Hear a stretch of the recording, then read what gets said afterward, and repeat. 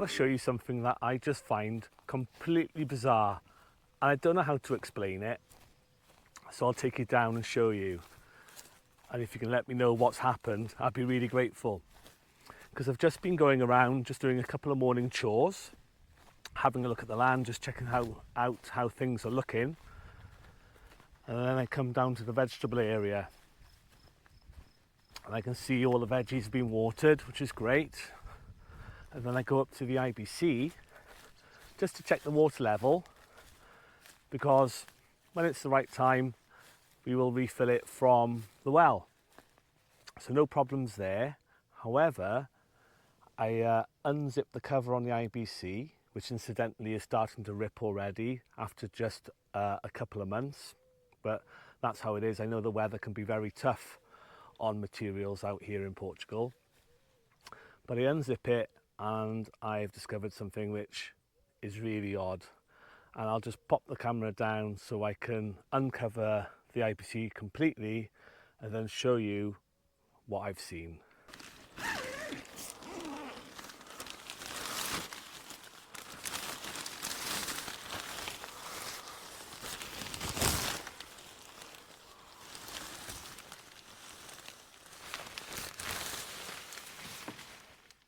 Just take a look at that. The IBC has completely collapsed. I've never heard of it happening. I didn't know it could happen. It is absolutely bizarre. It's even bent the bars at the top here. I don't see how this is fixable. I assume this is permanent damage, but what I really don't know is why has it happened, because it's been absolutely fine since we brought it down here. We've been using it for a couple of months, so why now? What has changed to cause this to happen? Miranda hasn't quite arrived back yet, so she doesn't know about this. And we were just having a chat earlier on, and we were saying we won't be going out today, there's no need. Now I think we'll be looking for the receipt for the IBC and heading back up to the agricultural shop to discuss with them what they think we should do about it. I've seen our water bottles do something similar when they're empty. You know, kind of the 5 to 7 litre ones that you get at the shops and then refill down at the font. So I guess that's when the air gets sucked out of something, and then the water bottles normally reshape themselves once you fill them back up.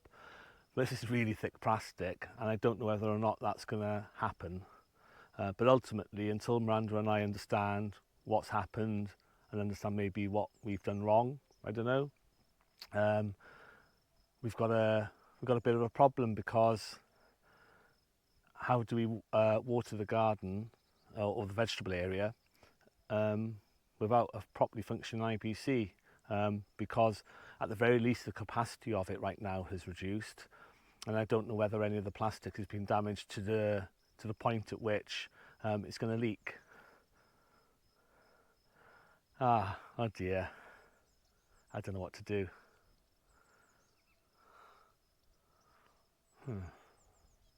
Maybe it's back to watering everything with watering cans again. I've just started to undo the lid at the top, and I can hear air going in, I think, not coming out. I wonder if it'll reshape itself.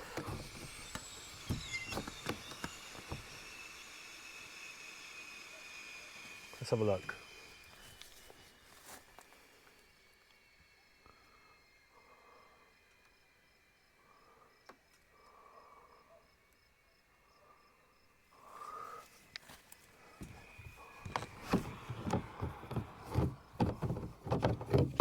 Right, lid's off now.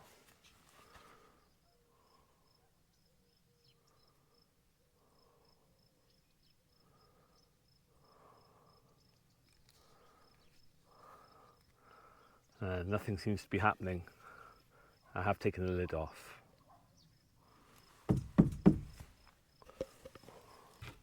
Should I blow into it? Refill it? What do we do?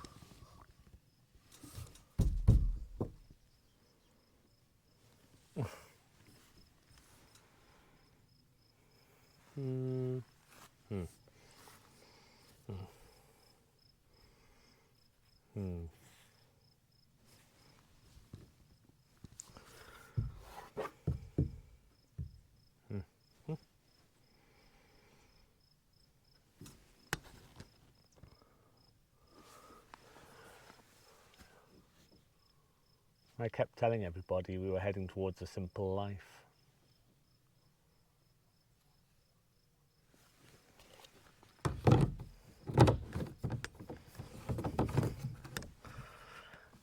If in doubt, ask Miranda to search online.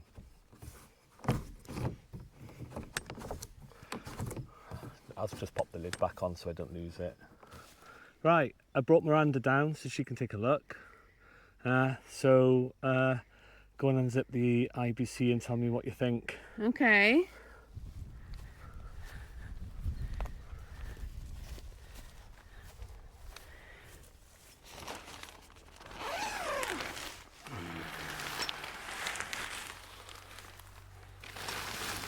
Oh.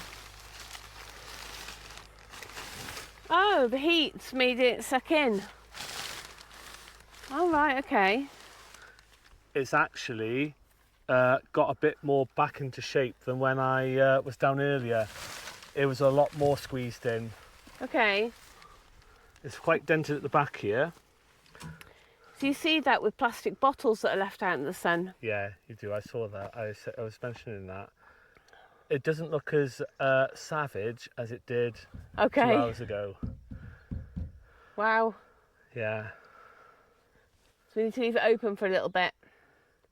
And I presume because the cover's now got a rip in it, we're going to get more algae because the sunlight's getting to it. Yeah. By the way, you're shouting. Okay. That's because I can't hear. Yeah. I think we fill it up with water and that'll help finally get it back into shape. Yeah. And when I read on the internet earlier, it was talking about venting. So maybe we don't leave the cap screwed on quite as tight so it allows some air to get in there. Because it sucked the air out. So if air can get in there, that won't happen, is what I'm guessing. Okay. Okay. All right, I'll get down to the well with the Bluetti. Okay.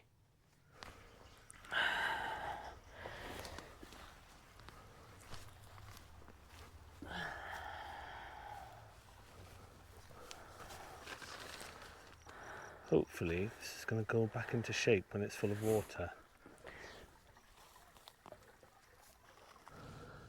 Okay, we spent the last half hour filling the IBC back up and there was lots of clunking and clonking going on as we did, which was the IBC putting itself back into shape. I'm pretty happy with how it's turned out. Almost back the way it should be, bar this area here and over here where it's still dented on top. I'm not sure if that ever will bring itself back out again, but I think I'm pleased to say that at least we've still got an IBC for watering at the moment. I'm going to put the cover back on now, then I'll tape up the rips that we've got in it. We'll look for a better quality IBC cover because this one has lasted a couple of months and it's pretty much shredded. Job done for now. We can crack on with what we originally came down to do, which is the weeding.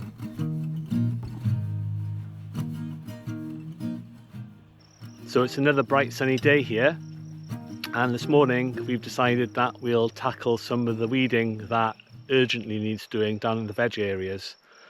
Having taken a look around this morning, we can see that the beds that we made the most effort on to clear any weeds or grass, they're going to be by far the easiest to clear.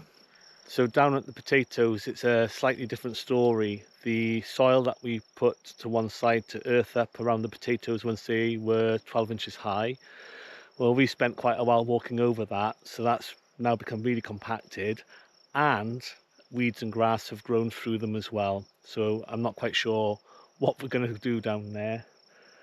It's starting to look quite wild, and we reckon the potatoes might just be starting to struggle a little bit because they're having to compete with so much other foliage for water. We're going to start with the easy stuff up the top here first, and move our way down through the day, possibly into tomorrow if it starts getting a little bit too hot in a little while. The onions are doing pretty well. The onions are doing pretty well, but I just got to get the weeds out so they're not finding they've got to compete with everything like the next border down, really.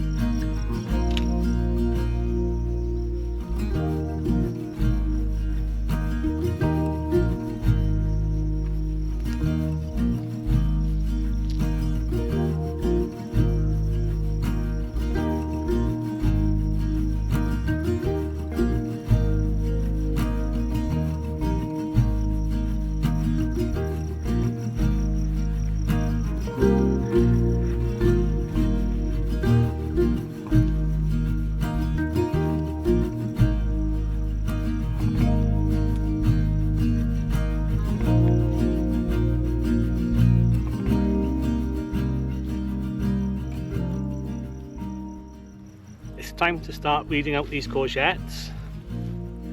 I've got my trusty trowel.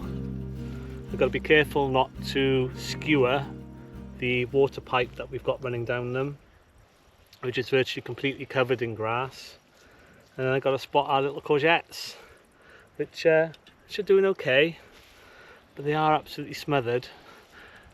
I think this might be a tough little job. We'll see how we get on. Chippings down as well.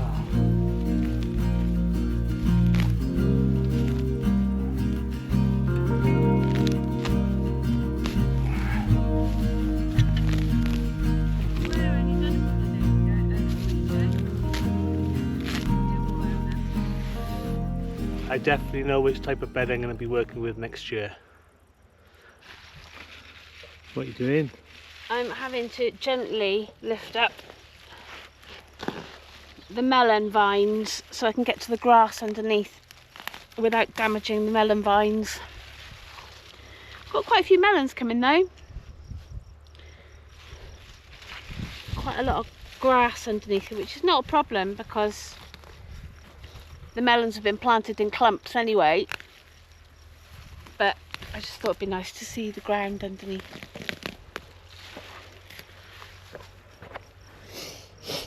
Show me a melon.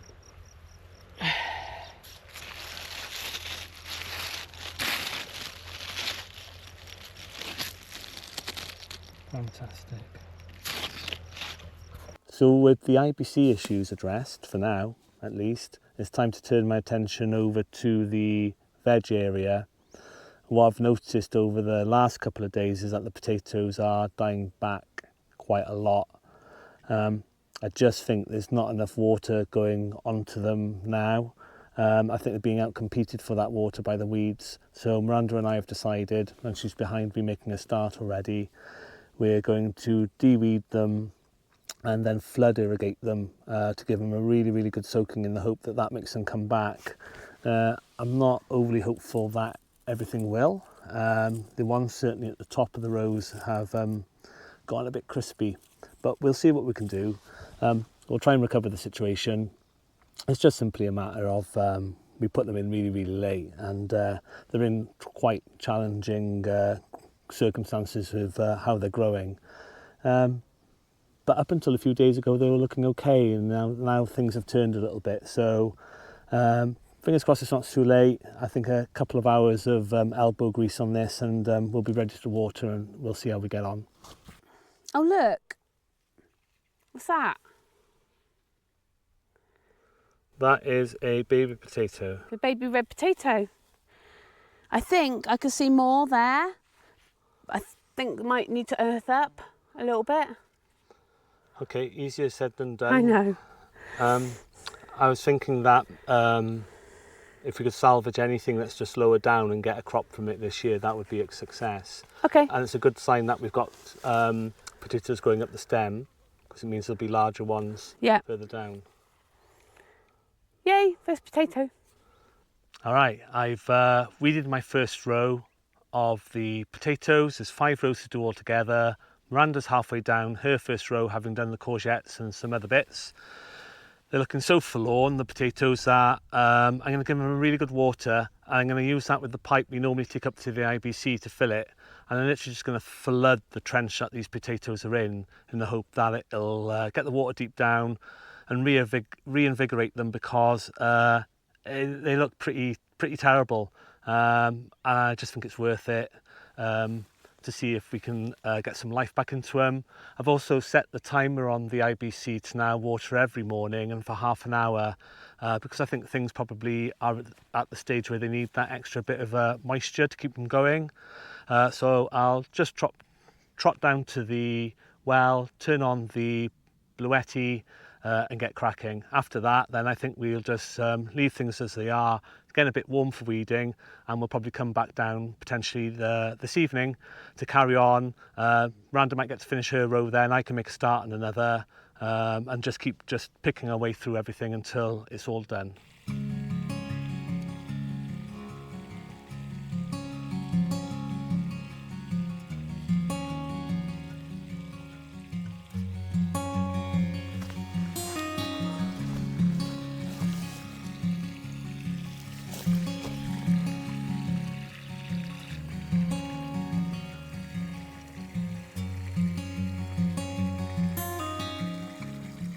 So that's the 5 minutes or so of flood irrigation completed. I'll show you now. The ground is lovely and dark from all that water that's just been soaked in.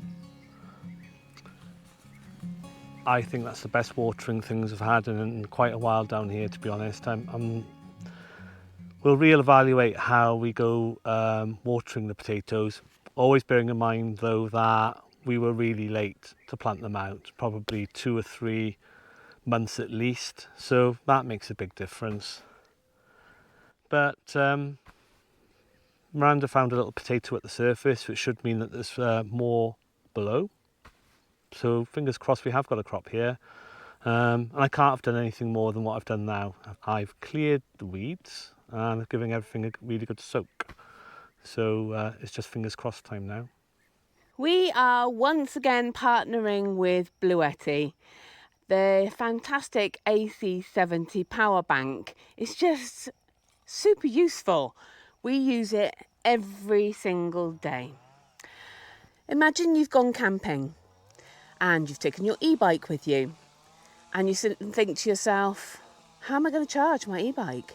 Well, the Bluetti AC70 is your answer. Not only can you charge your e-bike, but you could also take a kettle and have a proper cup of tea. You could also take a toaster and have some toast. You could also take a mini fridge and keep everything that you've brought to eat and drink cool. It's just so versatile. We've even started using it to power our pool filter every day.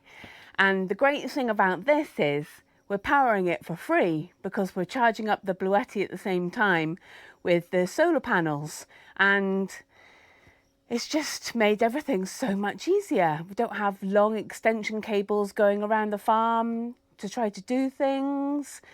So yeah, highly recommended the Bluetti AC70 power bank. Hey hun, here's the Bluetti. Cheers. I'm going to do some flood irrigation.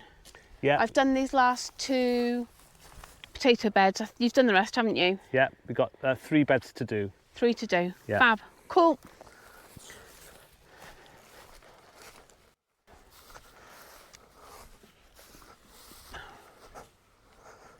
So as Miranda may have already said, we have genuinely used the Bluetti every single day since receiving it. And it's been an absolute dream.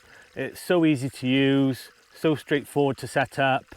It's one of those little wins because so much of what we're doing here, we're doing with no experience whatsoever. There's steep learning curves. But with the Bluetti, it's been dead handy, and we haven't had to work hard on how to use it. And we've utilised it everywhere, right across the 8.5 acres so far. So thank you ever so much, Bluetti. It's been brilliant, and I couldn't recommend them enough.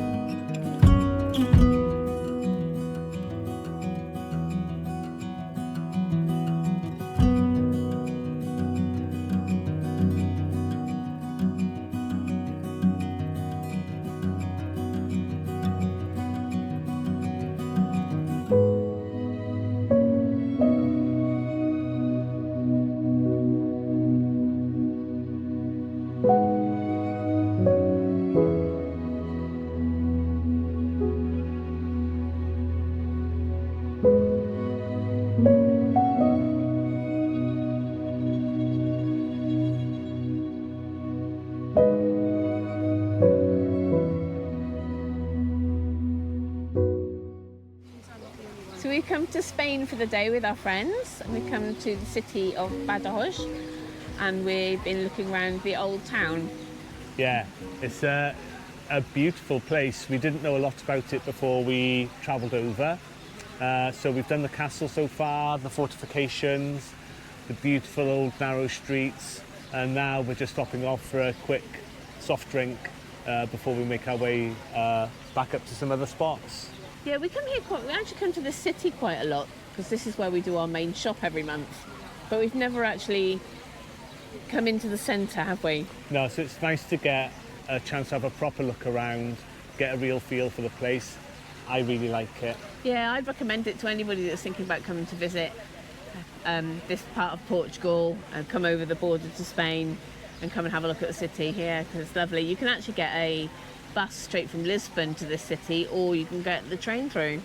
Yeah. Yeah.